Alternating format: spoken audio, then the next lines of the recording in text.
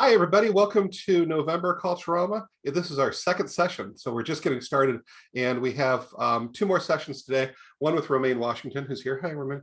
And then also we have T. Anders Carson at 5 o'clock coming in from Canada.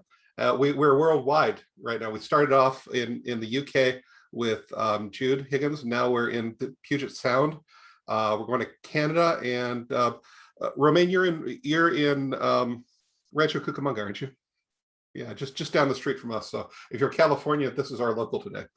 All right. So Stephanie Hammer, just to introduce her, she is one of the best people I know. She's a longtime professor at UCR, retired now. She went from, let me see if this is right. She went into retirement so as to become a full-time writer, which she is now. Would you say that's correct? I would say that's correct.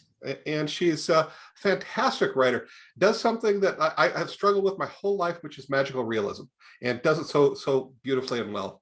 So I don't know if she's going to include magical realism today, but I am so glad to see you. Thank you, Stephanie. Thank you so much, John. I love you so much, and I love being part of the Culturama group. And it's so great to see old friends and new friends and local friends and friends far away, and some friends who I've only known on email, like Dennis, whose face I'm actually seeing for the first time. And it's such a joy to hang out with wonderful Romaine Washington, who is teaching next, and she and I are reading together tomorrow night at 5. So I hope you'll grab the libation of your choice and join us. I know it'll be great, and maybe Romaine will sing something. Who knows? We can hope. Anyhow, before I start, I do want to let you know that I'm zooming in to you from Chocolate, the land of abundance, otherwise known as Whidbey Island. And we are very much a part of the tribal lands of the Coast Salish people who are here, who live here, who are buried here. They are very, very visibly a part of the landscape. And we want to say a big shout out and thank you to them. We need to do a better job taking care of this land. So thank you so much. And I just want to talk a little bit about what we're gonna do today. We're gonna do some generative work. Which means we're just gonna try to make some words. I'm going to give you a couple of exercises. As John has indicated, if you were in the previous class, you've got to go. I myself tend to write kind of weird. I kind of tend to write in this unreal direction.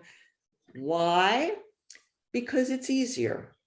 I personally find it much easier to give myself the space to go into the unreal if I need to. It's just, my teacher, Amy Bender, has always argued that it makes writing into a little bit of a birthday party, where you can put on your birthday hat and make your wish and you can kind of pretend. And I like writing from that space. If that works for you, awesome. If it doesn't, and you're like, no, I'm taking these things literally, we're gonna stay as real as possible, that's great. The other thing I want to say about this kind of writing is I think a lot of us, I'm the same way, are kind of goal oriented. It's like, well, I need to do this thing because I need to write my novel, my Western novel, or I need to do this. And what I'd like to ask you to think about is think like Marquis Smith says of The Fall, nothing is wasted here. Something is going to be usable. And it may be a word, it may be an idea, it may be something that somebody else said where I thought, well, I don't think I want to do that, I want to do this.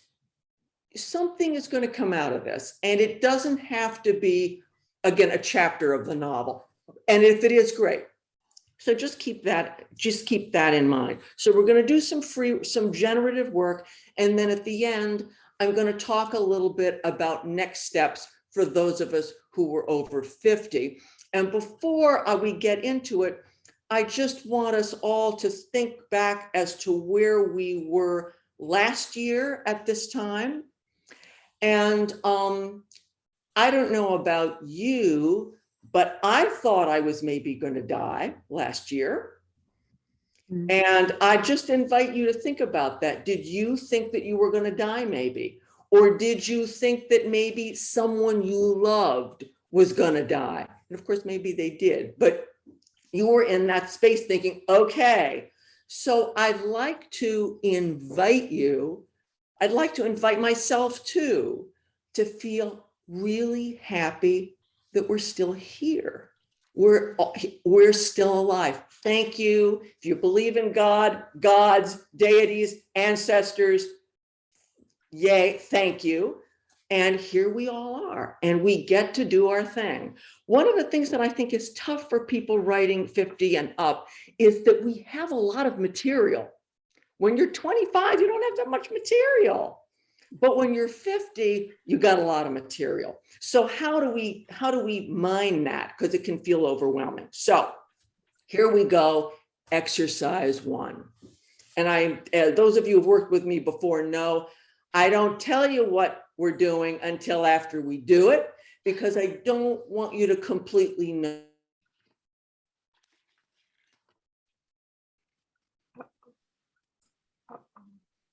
Oh, no.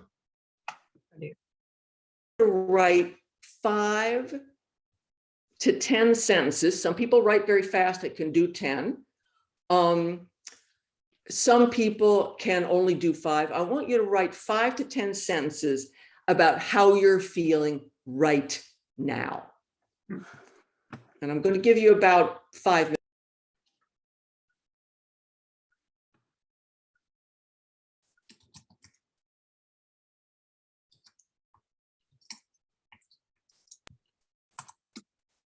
How are you feeling right now?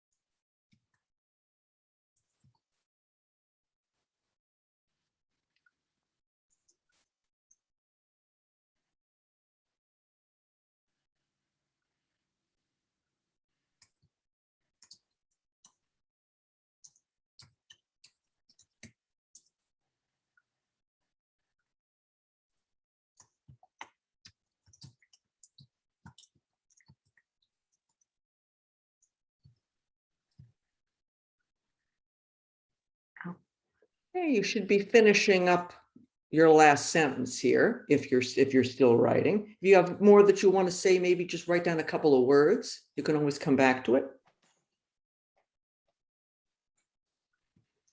Okay. And now what I want you to do is to again write 5 sentences, more if you can, so 5 to 10, about your favorite place to go when you were a kid or when you were much younger. Your favorite place. And it can be any place. Your favorite place to go when you were a kid or when you were much younger.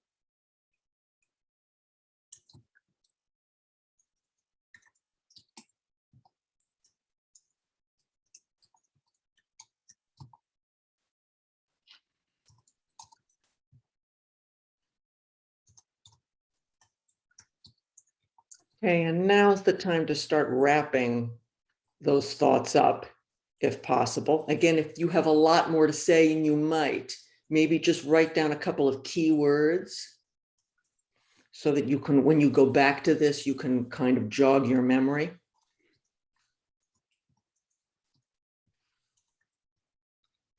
I always love watching people work on this section because everybody gets very, yeah, I've got a lot to say here, or how do I say it? It's very cool.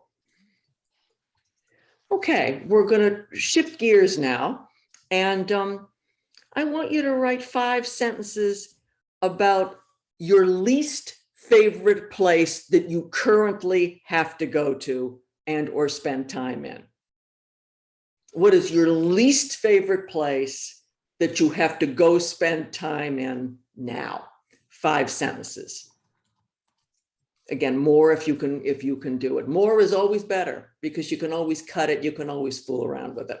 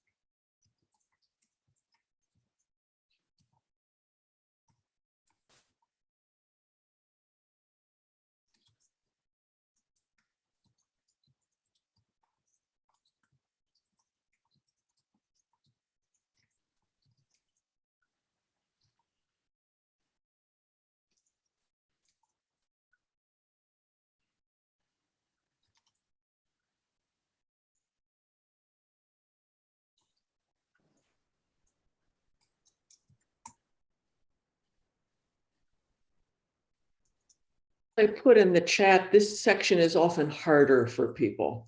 So that if you find yourself running out of steam, try to force out 3 sentences. And if you can't do more than that, that's okay. It happens. Because this is the yucky part. So who wants to write about that? Although maybe some of you do. Some of you are like, yeah, I can really get into this.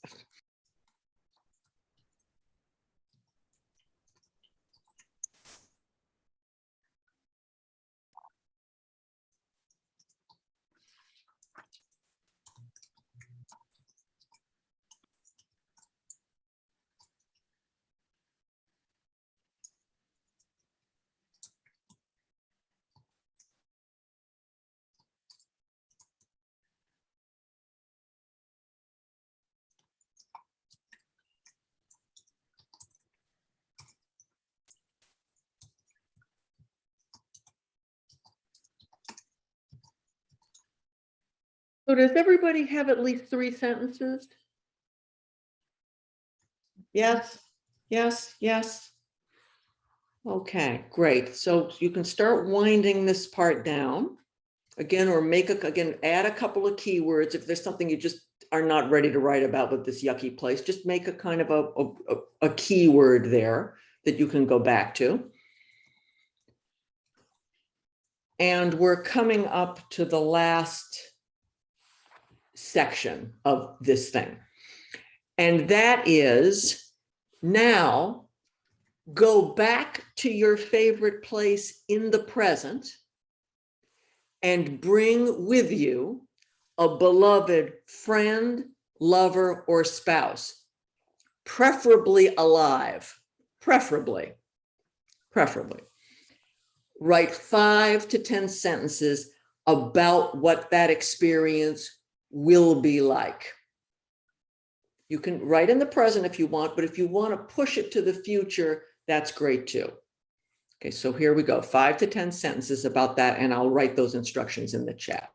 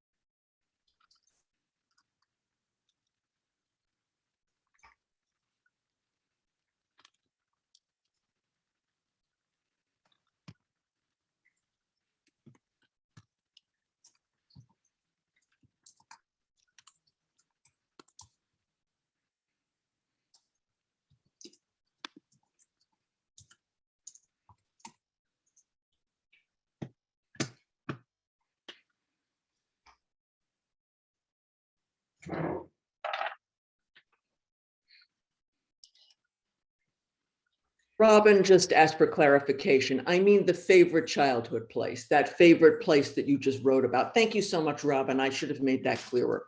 Thank you. Of course, thank you.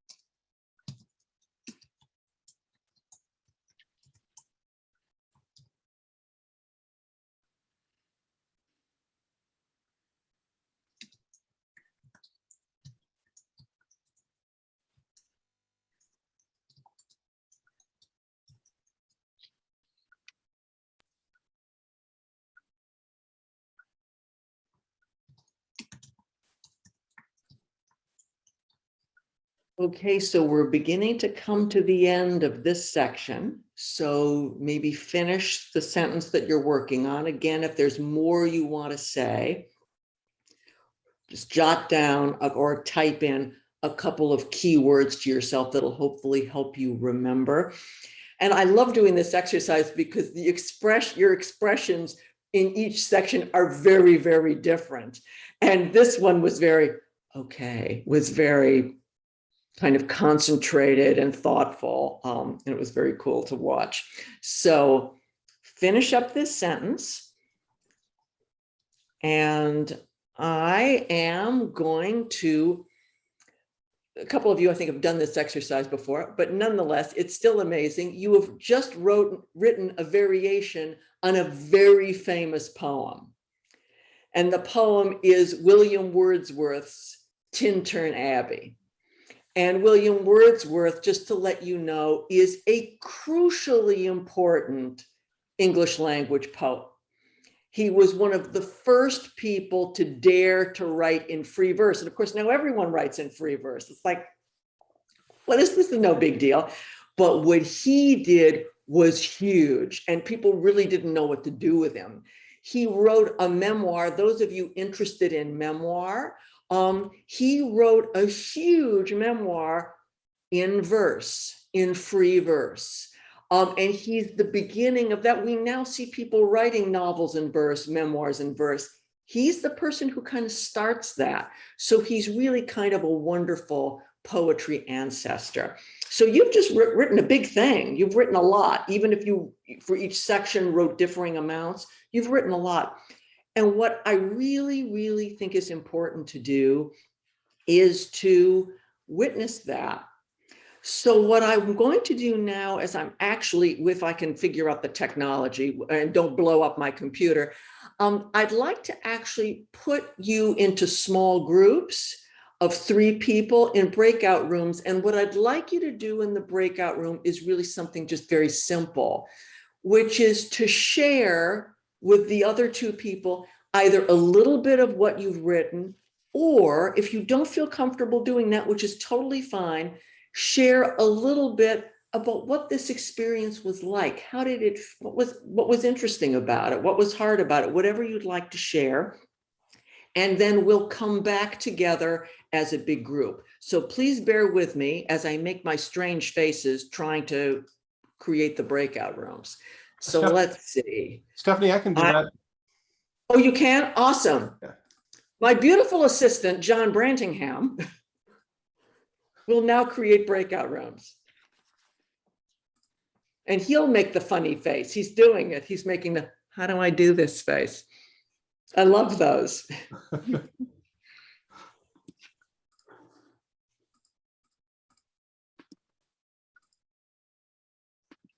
Yeah, and again, if you get into the breakout room and you don't want to share anything, you just don't feel like you want to do this, you just want to listen and witness, that's fine. You can just say, you know, I think I'd like to pass.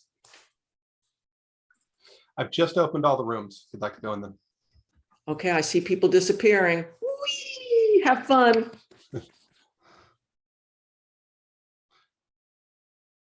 There's one group of 4, if that's okay, Stephanie. That's fine. And then I'm going to need to make an announcement to just to let everybody know how much time they have. So those are typically really small. So if you'd like me to go into the breakout rooms, I'll tell them. Okay, wonderful. And I'm still seeing Steve and Betty and Sage and my wonderful driveway sister Sue, that's Slow Waters, and Anna, who aren't in breakout rooms. Oh, there goes Steve.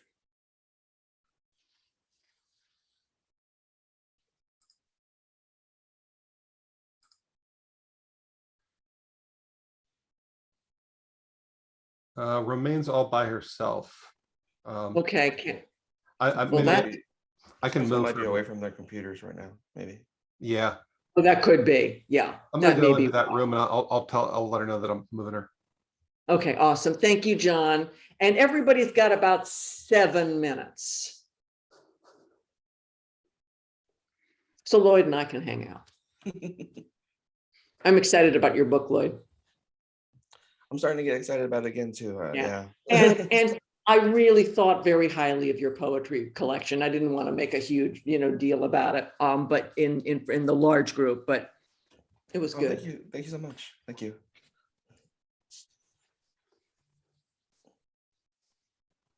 Yeah, it's, I think, fun to go between poetry and prose. I think that's, I think between poetry and narrative, and your collection actually is a narrative. I mean, Yeah. thinking, Yeah. speaking of memoir in verse, Mhm. it has a bit of that. Oh, There very much definitely so. is a Yeah. progression. Yeah. No, I enjoyed it a lot. I'm firmly of the belief that, especially if you have like multiple projects that you want to work on, that there's a right time and place for each project. Right. You Because toggle, it's yeah, kind of good to yeah. toggle. So Okay, John. or So how are we doing? Everybody okay in their breakout rooms? It looks like it. There's a couple of breakout rooms with just two people, but I'm sure they'll get good conversation there. Yeah. And did we tell them all they had 7 minutes? Oh, I need to assign Tanya a room. I'll put her in room 1. Do you mean tell them that they have 7 minutes? Yeah. Okay, I'll broadcast a message and then we'll. Okay. Thank you, John. I'm making you work really hard. That's okay. yeah, I was also going to tell them, put it in the chat too. Sometimes they don't see the broadcast message. Yeah, I can do that. I have chat capability. You have to go actually in the room though that they're in. Oh, do you? Oh, okay. Got it. All righty. Yes. Okay.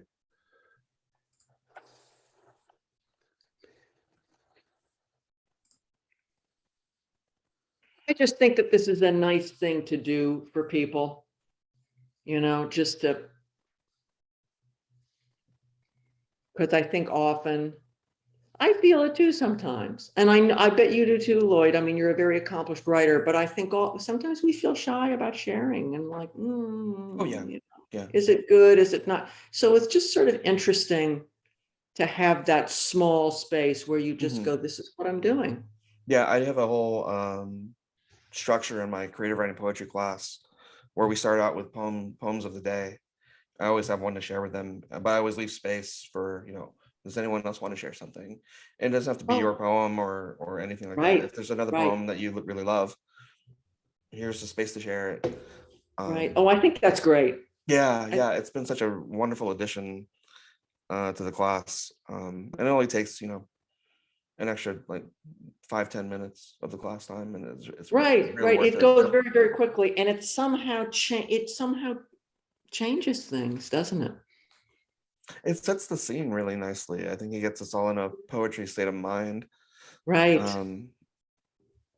Yeah, versus just, here's a prompt, let's start writing, Mm-hmm. And we don't talk about the poems that we share for poem of the day. We don't analyze them or dissect them or anything like that. It's just Right. You just say, here it is, and okay. yeah. Because not everything has to be analyzed. Not Right, everything has to be analyzed. Right. That's awesome. Yeah, exactly. Yeah. It's just some things should just be appreciated, Uh-huh. Yeah. Or just kind of, they can just enter our consciousness and do whatever it is they are going to do. Yeah, that's a good way of thinking about it too. Yeah. Yeah.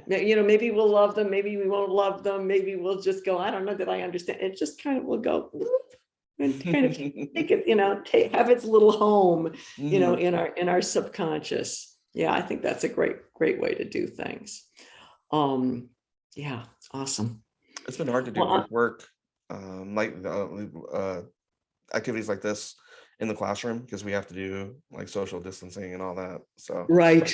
Yeah. I used to do, when I was teaching in real time, I did so much pair and group work. Me too. Yeah, me too. Where people will huddle together. And in that sense, this is better because people can huddle in a room in complete safety. Exactly. Yeah.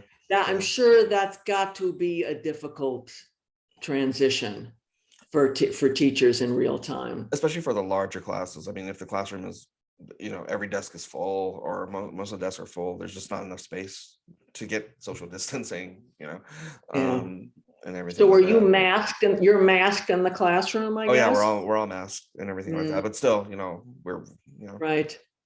campus regulations and all of that. So Wow. Yeah, that's tough. Yeah, John, we're just talking, I'm asking Lloyd about what it's like teaching in the classroom now. That's what we're talking about. It sounds tough. I don't know about you, Lloyd, but I'm much sweatier. I mean, it's like I've got this thing on and there doesn't seem to be much circulation. yeah, Right. yeah. Yeah. Also, I feel like I'm expending a lot more energy because not only am I teaching, but also I'm typing into my lesson plan that's on Google Docs that I'm sharing on the screen, Right. showing on the screen with them. So I'm just doing more actual work. So Right. in the classroom.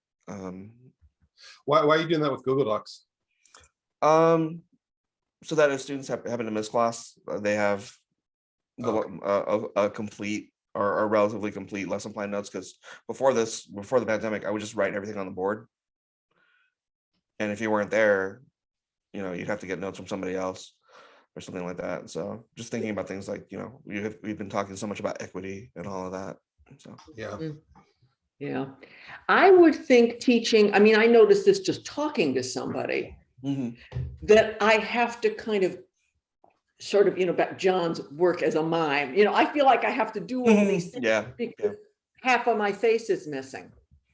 Yeah. And we all wear glasses, so seeing our eyes is difficult. So I feel like I'm trying to kind of having to do other things to communicate. Sure. So I've become this huge waver, I see people go, because I'm trying to express that I'm glad to see them. So it's a whole kind of performance Very much thing. so.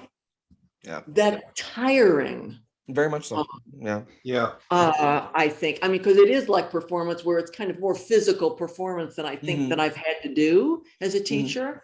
So it's very weird. It's very weird. I'm sure it's very interesting, and I'm sure it's, it forces us to expand who we are as teachers. I'm sure there are all these pedagogical benefits to it but I agree. I think it's a tiring way to interact with people. Well, especially, just that in and of itself is tiring. And then you add, all the stuff that we're going through just as people. On top of that. Yes, all the things we're going through as people. Indeed. Beautifully put. Yeah. What? And then Cliff died just the other day. Yeah. That sat me down. I'm sure it did for both of you as well. Yeah. I didn't know him super well. I've been thinking about him a lot and thinking about what happened to him a lot. And yeah. I was just sitting down to write a book review of his latest collection. No, I don't know. It's hard. I can't. Yeah, sure. Right. Sure. Right. So let's see, how are we doing on time? Should we maybe, let me ask you this. Would you like me just to close their rooms and then they'll pop up, or are we going to use those rooms again? we're not going to use the rooms again. The Okay. rooms will But stay. we should maybe warn people, broadcast message to all. Yeah. So if you close the rooms now, it'll give them a minute to leave the rooms. So like there'll be a countdown that they'll see. let me just give them a little bit of a warning.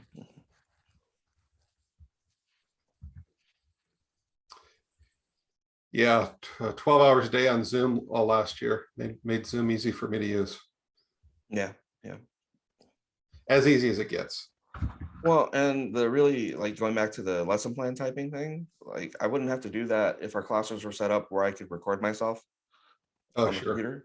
But none of our, at least in our building, none of the classrooms are set up that way. So yeah, you could do it right on your computer. You could bring your laptop in and but gosh, I'm doing that.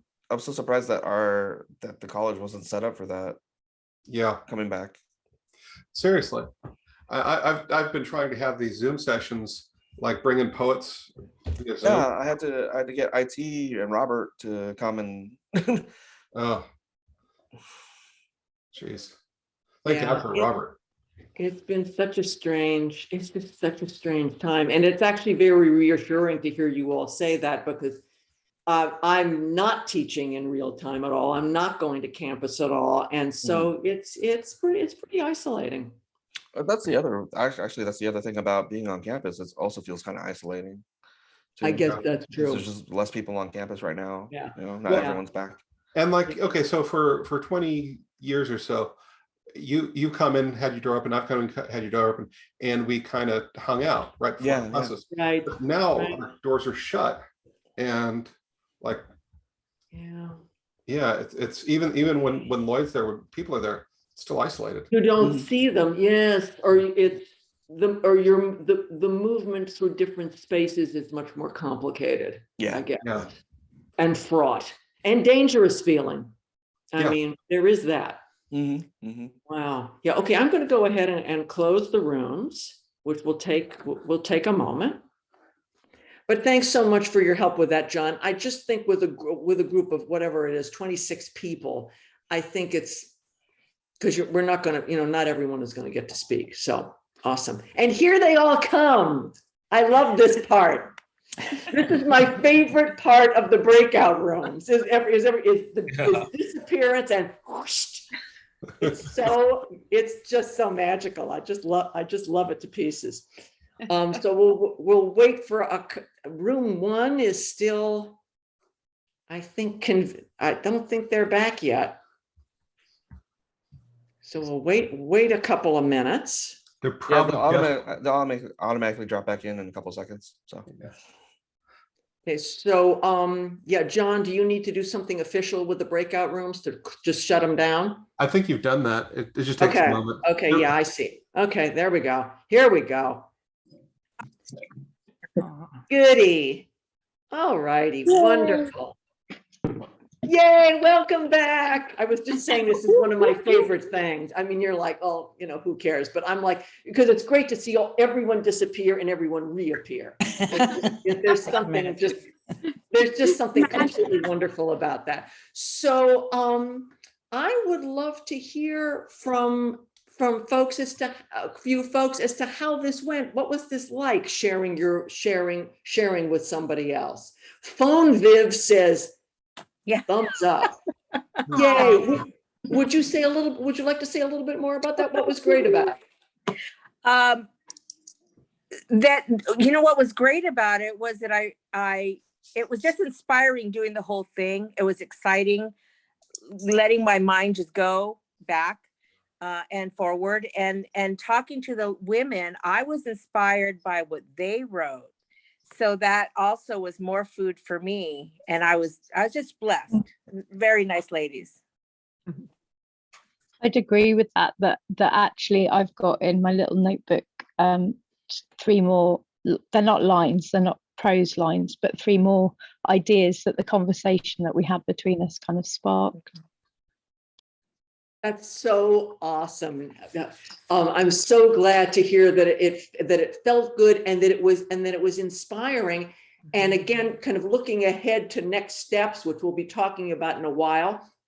Isn't it interesting that just sharing what you wrote with somebody, just doing that and listening to them can give you all these ideas. It validates you, but it's also, oh yeah, and what about that? What they said makes me think of that thing that I've forgotten about entirely, but oh yeah, actually doing the exercise with you all. I don't generally write the exercises myself, but when I was talking about, think about your favorite place, I was like, oh yeah, remember that summer I went to Fire Island when I was 5 and I got ice and I just went, okay. And I quickly made a note to myself, okay, I've never written about that. I was like, okay, yeah, got to write about that. Yeah. Other thoughts about the experience? What was it like to read your work for somebody, to these strangers? What was that like for people? Stephanie, it became really intimate because I think the subject matter is kind of conducive to that. And so we were sharing these really intimate part of our lives. So I got to know Vivian and Jane. I already knew Jane, but we got to know each other in this little moment and it was really beautiful. Oh, I'm so glad to hear that. And, I'm taking all kinds of classes too. And I experienced the breakout room the small group, the same way, Juanita, I experienced it as really kind of very special, and this kind of intimacy and this feeling of trust and feeling of acceptance, which makes me want to write more, and do more. So thank you so much for sharing that. I think that that's really such a wonderful and useful insight. Yeah. Any more thoughts and feelings about this experience? Hi, I was with Diane and Dennis, and there were two people I never saw in my life, but within 5 minutes, there was such a strong connection and such a strong feeling of empathy between us, which I found was really wonderful. Well, that's wonderful. I'm so glad to hear that. And did you share share some of the work that you'd written? Yeah, we all did. Yeah.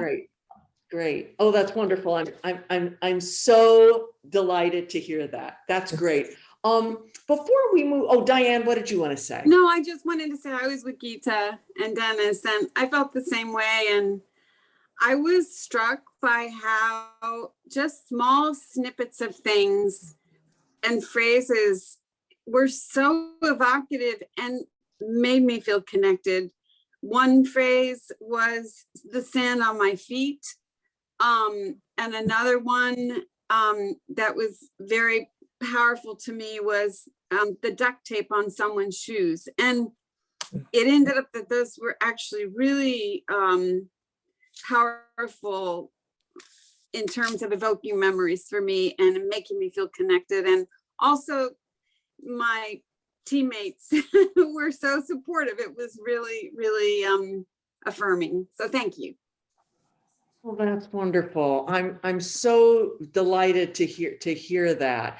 And yeah, there is something about sharing work kind of with pretty careful parameters with members of a community, even if you don't know them yet.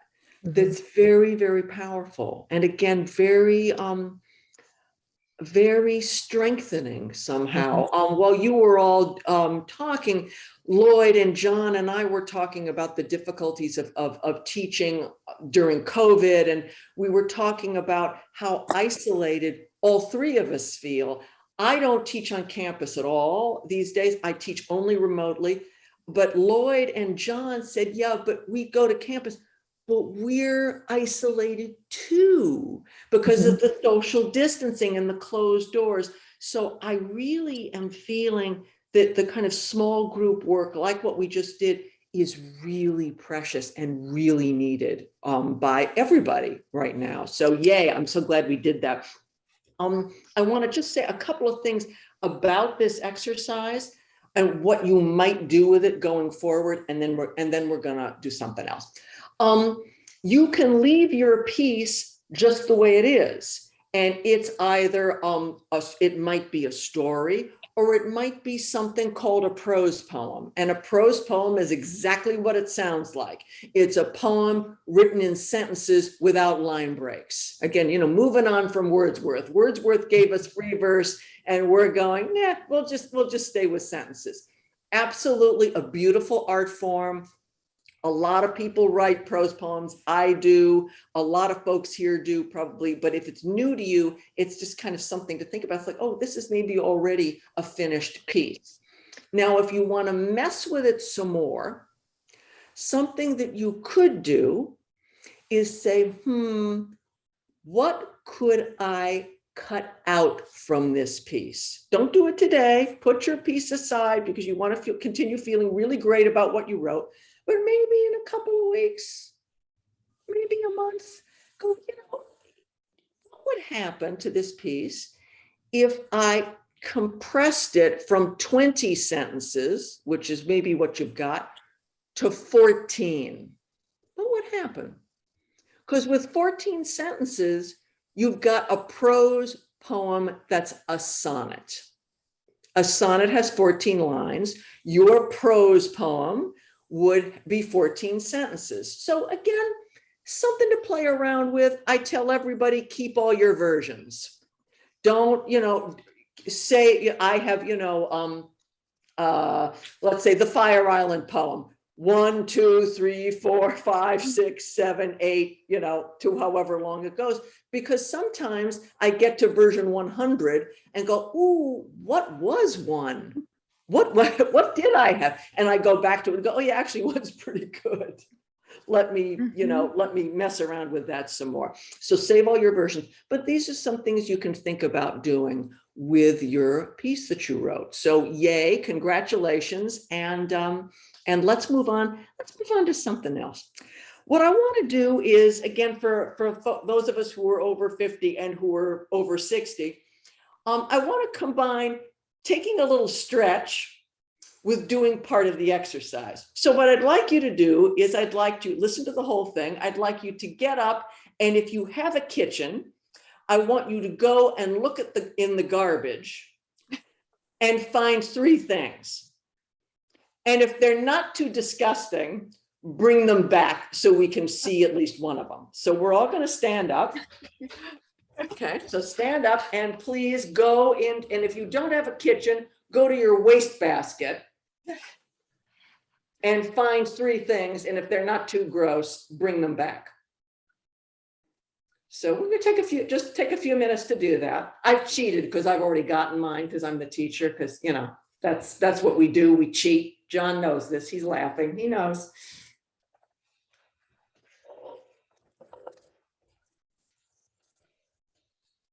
And while you're at it, you know, you can do a little stretching, because we've been, you know, sitting down is not good for you.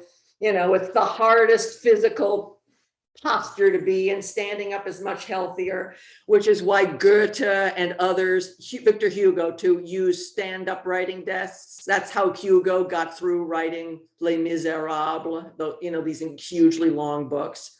He had a very fancy standing up desk. I've seen it. You know, if he had sat and written that, that would have been miserable. Oh, it would have been terrible. Yeah. No, he stood up, and so did Goethe. Goethe had this weird thing, typical, that was almost like a saddle, so he could kind of like perch on it. Goethe, don't get me started. The whole class will get hijacked and I'll complain about him. So that's my comment for the class today. Okay, so Dennis, have you got some garbage for us? Do. Yay, okay, well, don't show me yet. Let's wait for everybody to come back, but good, because you were so fast. It was like, did he? Well, I always have garbage. Me too. All right, I see a few people coming back. Yep, Nina is back.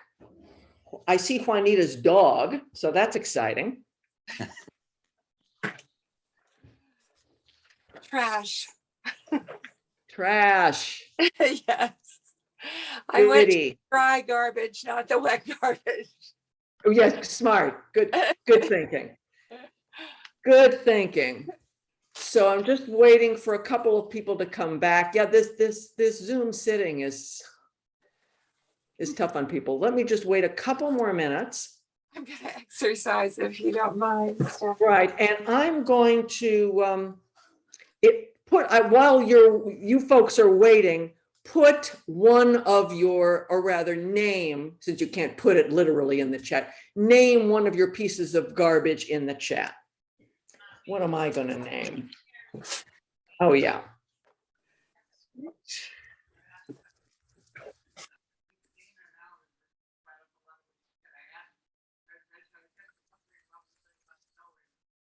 Show them or don't show them yet, Stephanie. Is everybody back? I'm just waiting.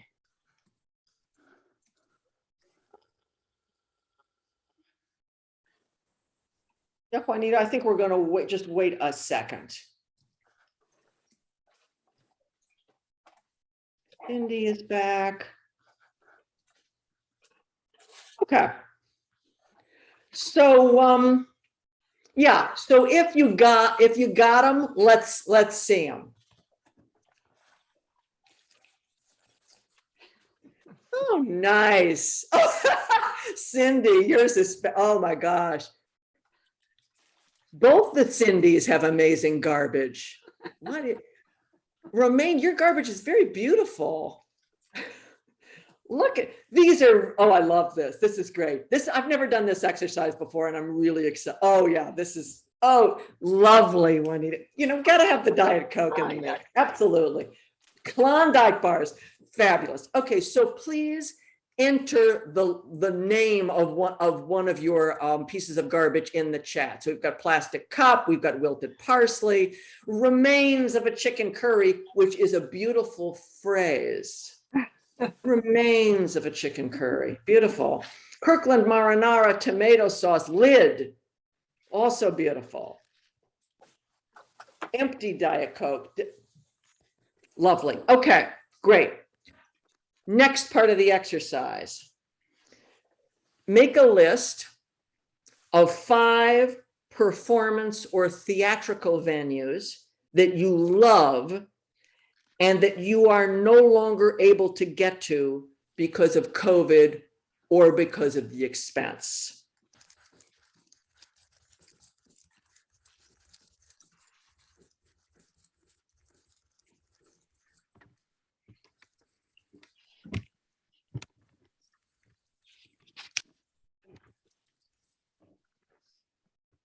Okay, list 5.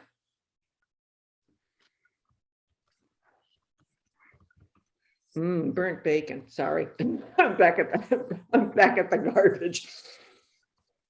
Okay, list 5 performance venues that you love but cannot get to because of COVID or because of the expense. And when you've done that, please share one of those in the chat.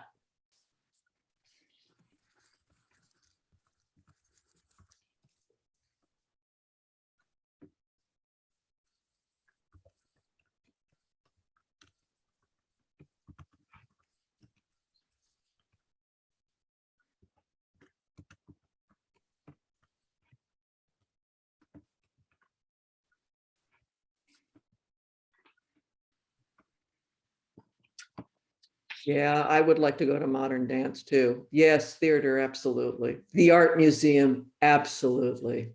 Absolutely. Theater, absolutely.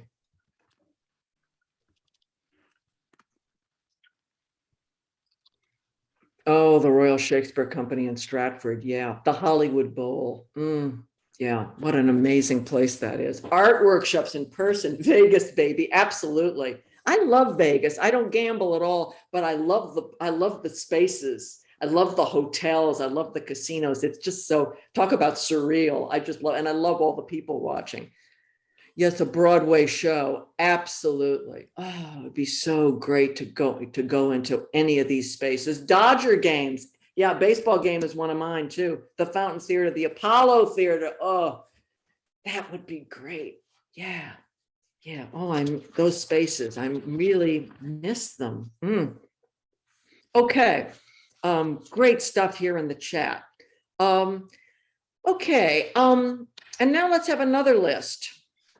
5 big box stores.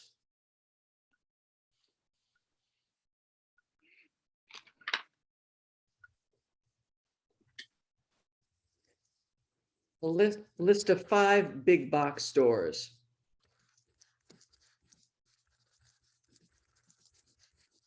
And share one in the chat.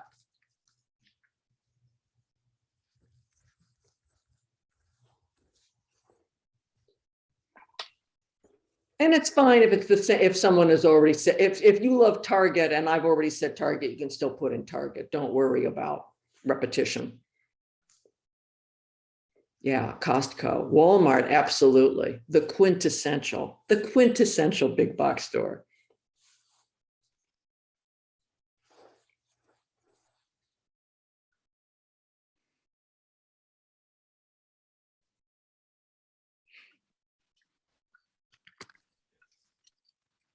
Yes, how we love to hate Walmart. The lighting there is so strange. I don't know if you all experienced that. I found the lighting in Walmart is truly bizarre to me. IKEA, oh, that's a great one. Hobby Lobby, also a great one. Very nice. Toys R Us, absolutely, yeah. Best Buy. Yeah, Best Buy's got this whole very particular energy. World Market, that's a great one. Wonderful one. Dollar Tree, yes, of course it, oh my gosh, yeah, that's a great one. We actually have a Dollar Tree in up the road in Oak Harbor, amazingly. Ace Hardware, yes, Diane. Diane has a whole experience about Ace Hardware. Yeah, I feel like that's usable. Absolutely Ross Dress for Less. It's big box, no question. That's a great one. Oh, these are wonderful. Ross, epic. It's epic. It's true. It's a whole novel in and of itself. I agree. Home Depot, absolutely. These are great. These are great. Barnes and Noble. Yeah, it's big box. These are wonderful. Marshalls. Oh, these are fabulous. Okay, I'm going to tear myself away from the big box stores. And I'm going to ask you to make a list of 5 authority figures. And you can share one in the chat. I'm going to share mine.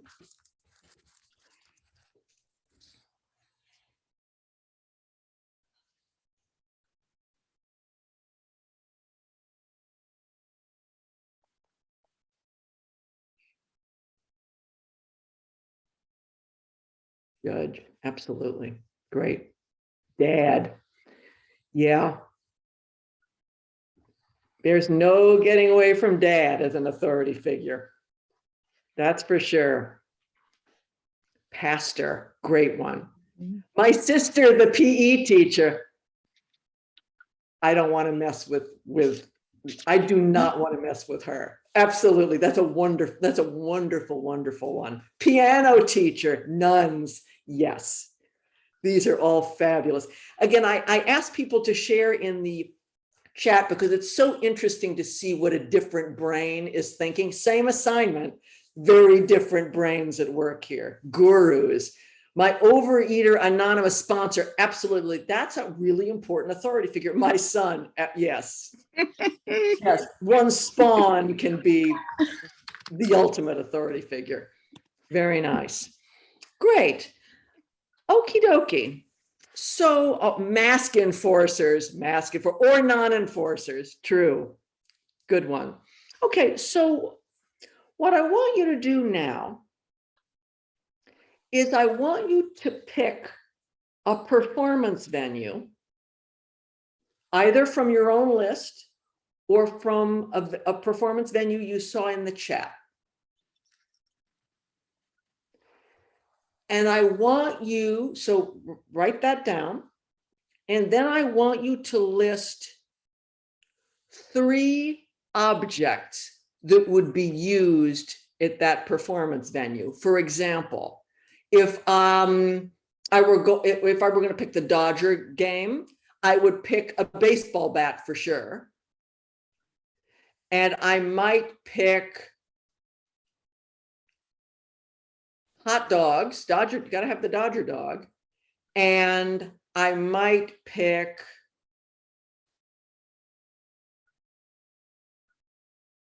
I'm kind of resisting picking baseball because it seems very obvious, but I guess I'd pick baseball. Okay. So choose your performance venue and now make a list of 3 objects that would be used at that performance venue.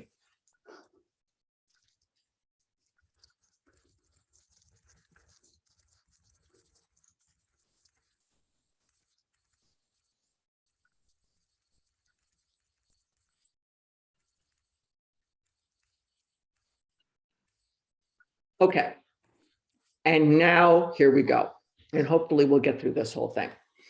So now I want you to write a sentence or 2 about how a friend invites you or your protagonist to the performance venue you have chosen. And you should use the first person if possible. And I'm going to write down the instructions.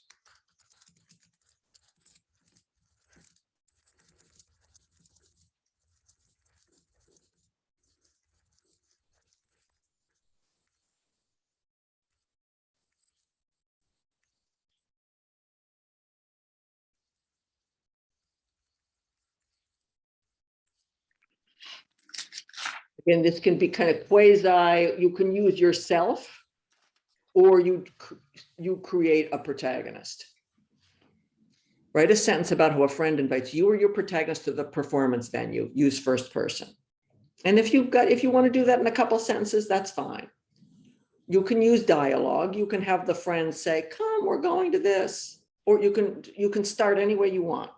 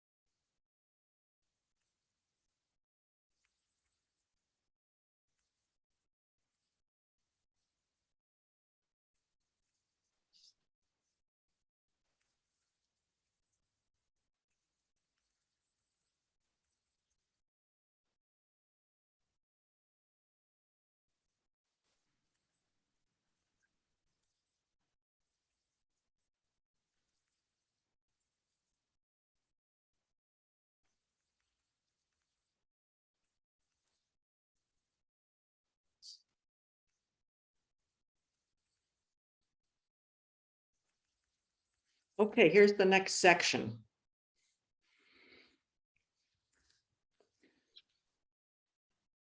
Your protagonist and the friend arrive at a mysterious entrance, and you are greeted by an authority figure, and you choose which one. Who's going to greet you and the friend at this entrance, this mysterious entrance? And if you want to describe the mysterious entrance, feel free to do that. So maybe take a few sentences to do that. Maybe 2 sentences, maybe 3.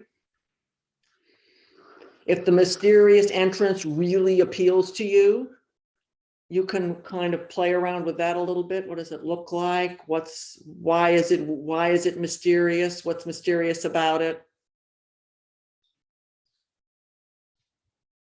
And I'll give you a couple minutes to do that.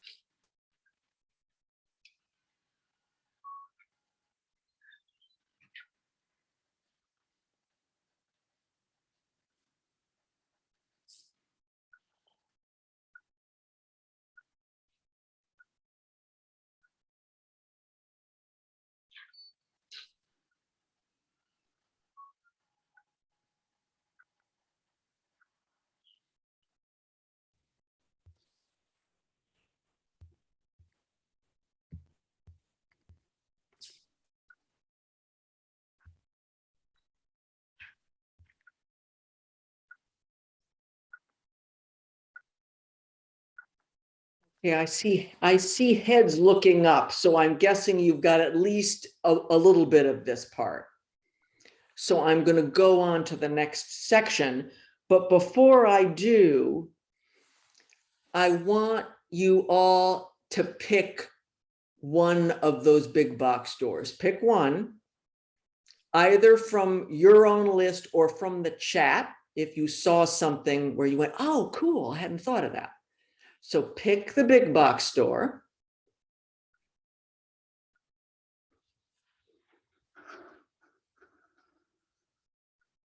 Okay, and here comes the next section.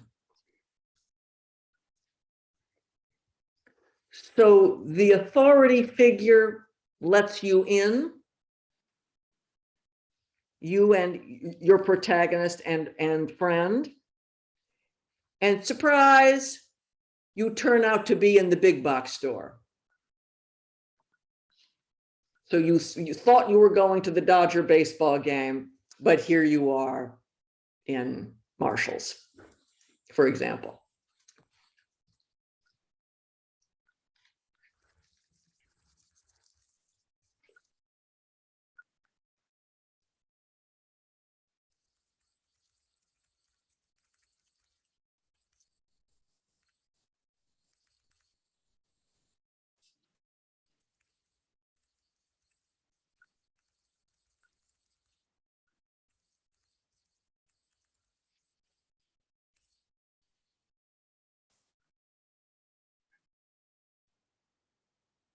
Well, again, you want a couple of sentences. And again, if you can write more, great. But if you can just write a little bit, that's fine too.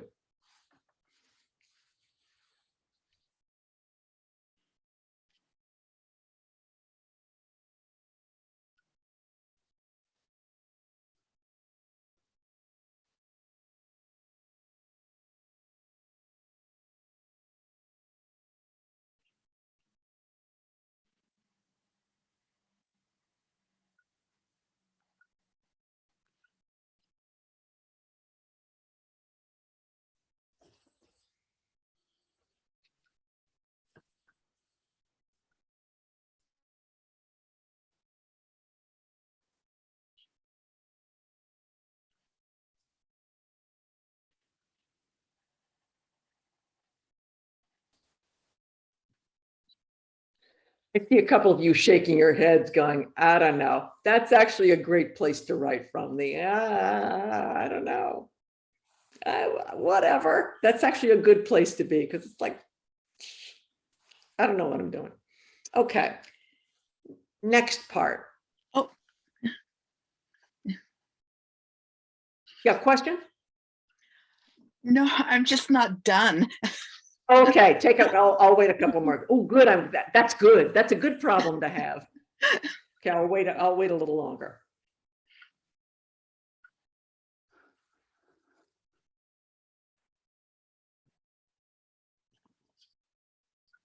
Because we're coming up to a fun part.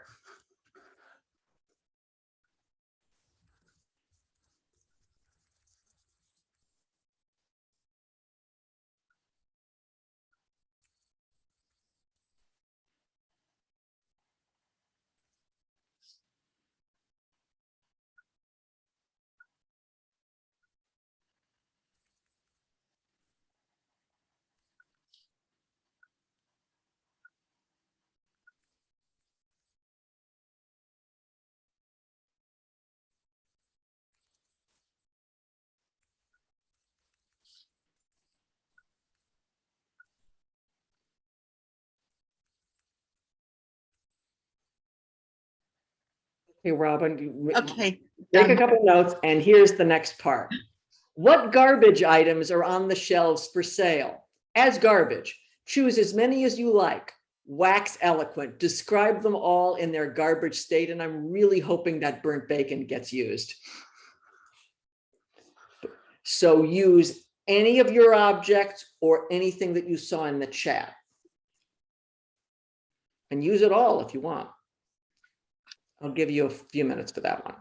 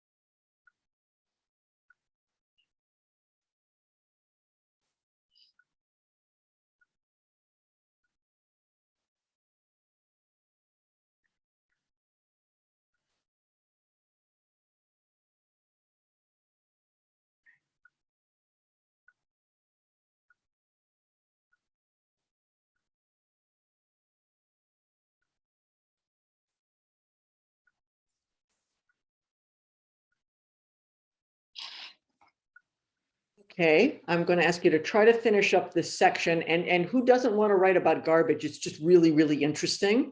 It's a really fun thing to write about, and I could see people really kind of doing this, but I want to try to get through most of the exercise. So here's the next section. You or your protagonist notice that 1 to 3 objects from the performance venue that you thought you were going to are hanging from the ceiling or are lying on the floor or someplace else. They're there somewhere. Describe them in 1 to 2 sentences.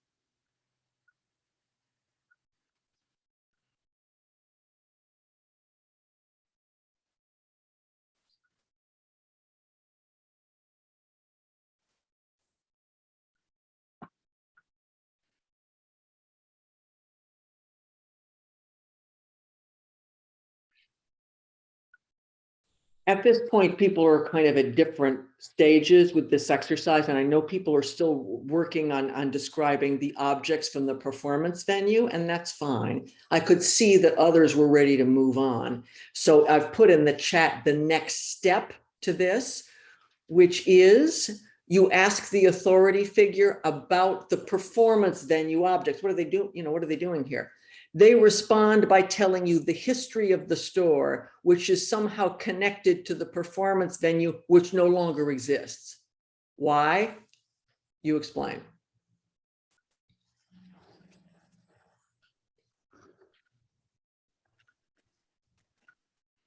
So if you're finishing up your description of the performance venue objects, this is the next step.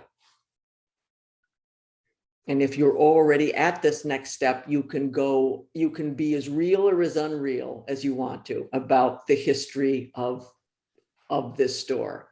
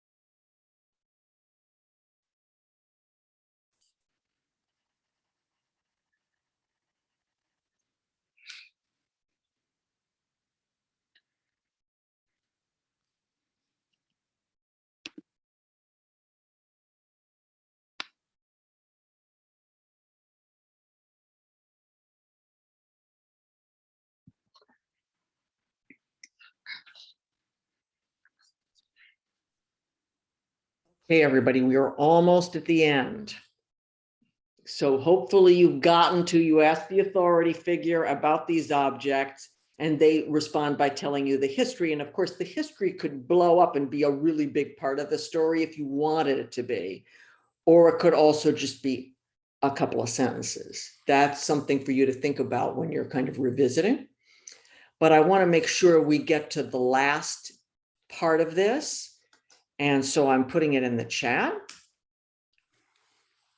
And that is you or your protagonist react to this information about the history of the venue in a physical way. That's up to you how that happens. That's your last sentence. Then you title your piece with the name of the performance venue.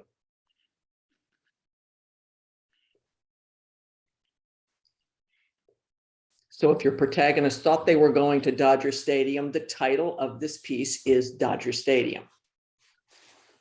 If your protagonist thought they were going to a dance recital, the title of your piece is Dance Recital.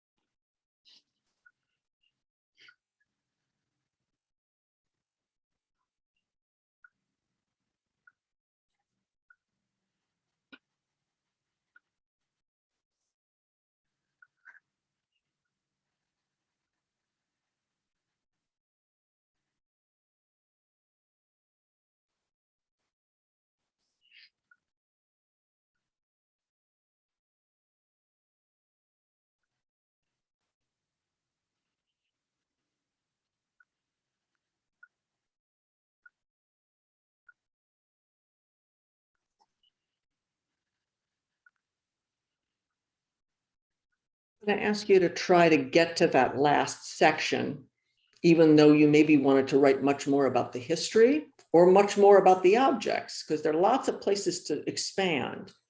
But get to that last piece where you or your protagonist reacts to the information in a physical way and the title. And remember, you can always fill this in, do more with this later, and I hope you will.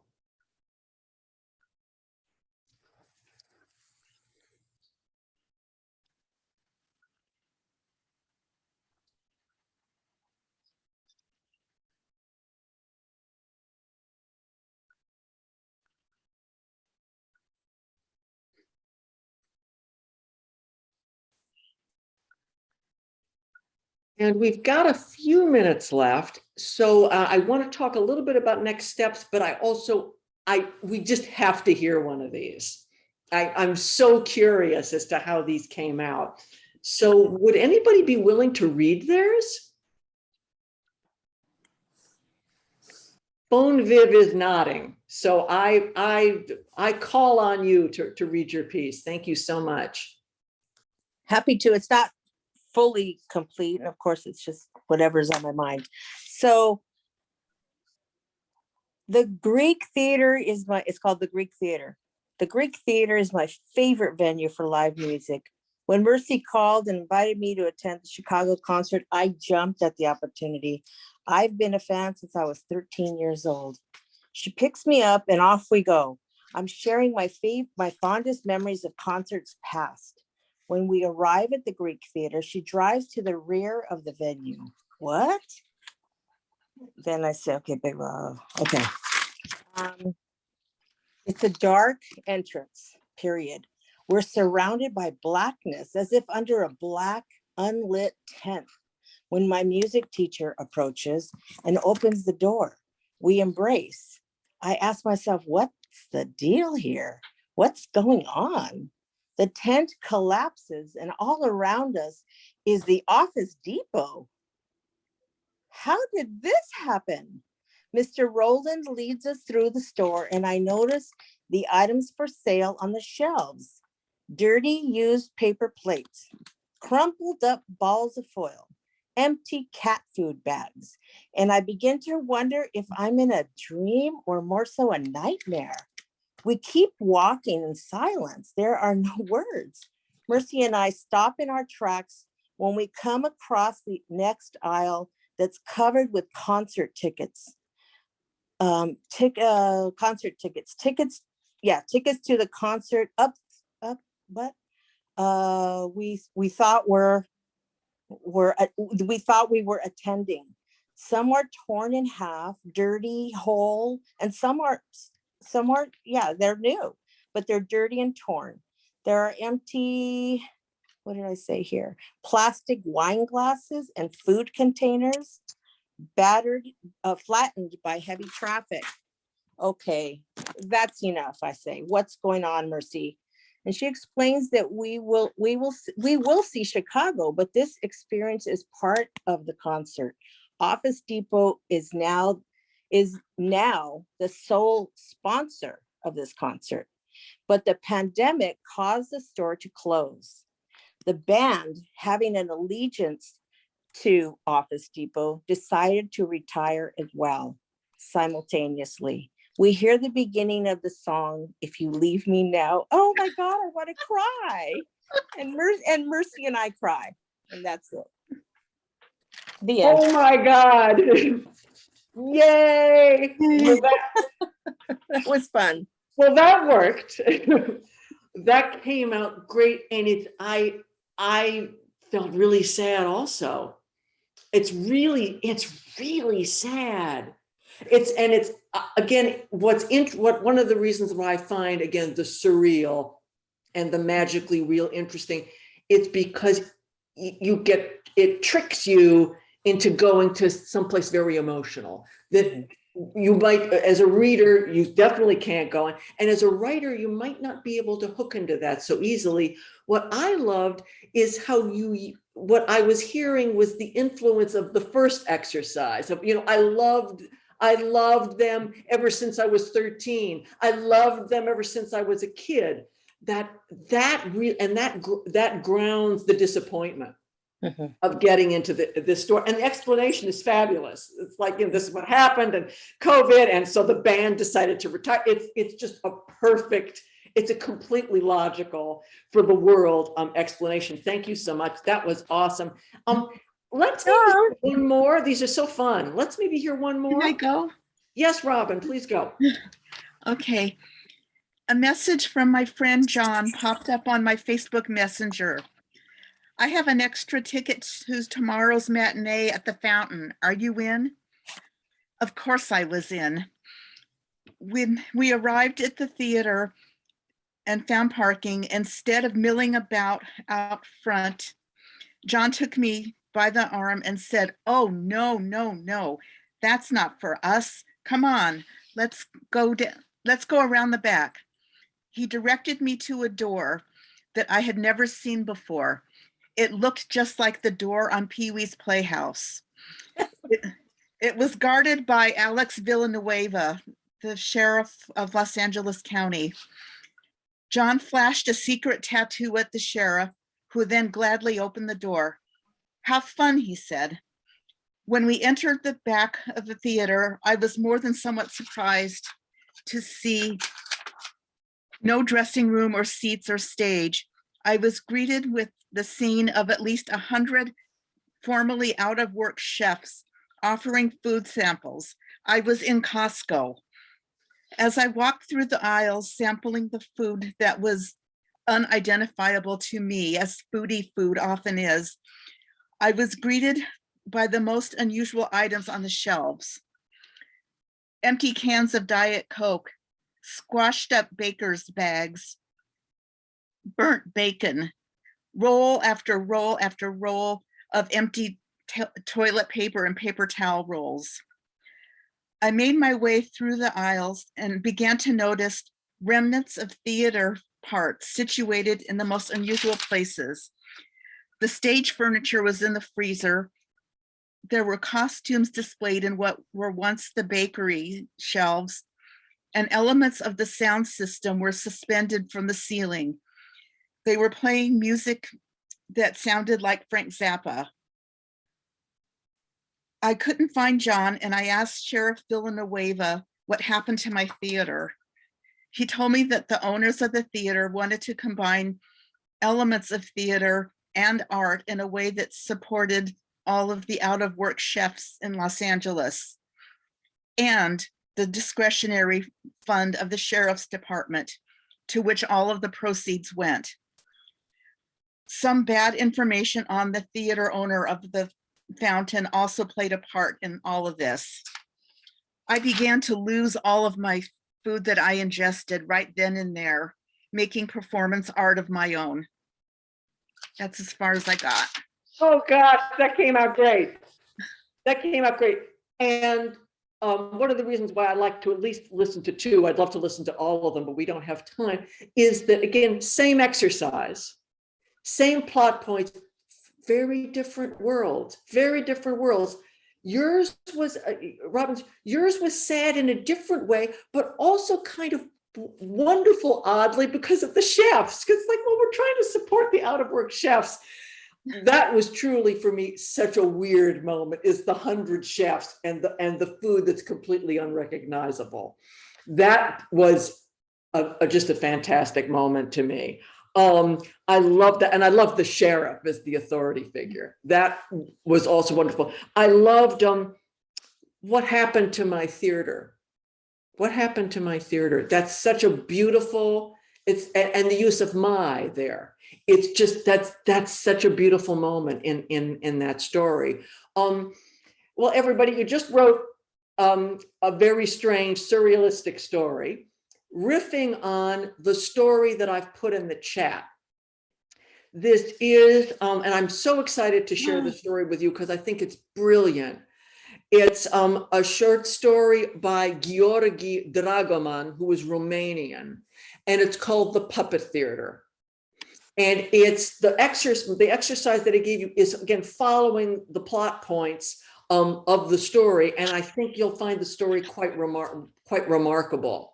But so if this appealed to you, this kind of writing strange, then I invite you to explore the unreal. And this story actually is operating according to kind of very simple premises, which is, I think I'm going to one place with a friend. I'm greeted by an authority figure, and authority figures are big in fiction. You know, authority, and I'm not in the place I thought I was. And that's a story. I think I'm going someplace, but I end up someplace else. And that can be if you're working on a scene in a novel, if you're working on a scene in a memoir, this is a great scene, because we all have been in this situation, again, realistically, where we thought we were going someplace, but we were going someplace else. So next steps, I have 1 minute. To talk to you about that. Congratulations on the great work that you've done today. Amazing. And keep writing. Keep writing. Do you like journaling? You should journal. You got time to write 790 words a day? Awesome. Don't have time for that? How about 10 sentences? You've probably got time to write 10 sentences. The poet Marvin Bell, who died recently, had a practice where he'd get up in the morning before coffee. He wrote 10 sentences, saved them in a file, never looked at them again. But when he sat down to write the project he was working on, he could say to himself, I don't have to worry. I've already started writing today. So I don't have to worry because I've started already. I'm good. Starting. Please continue joining us for these wonderful free Culturama classes. I'm looking forward to Ms. Washington's class coming up at 1 o'clock.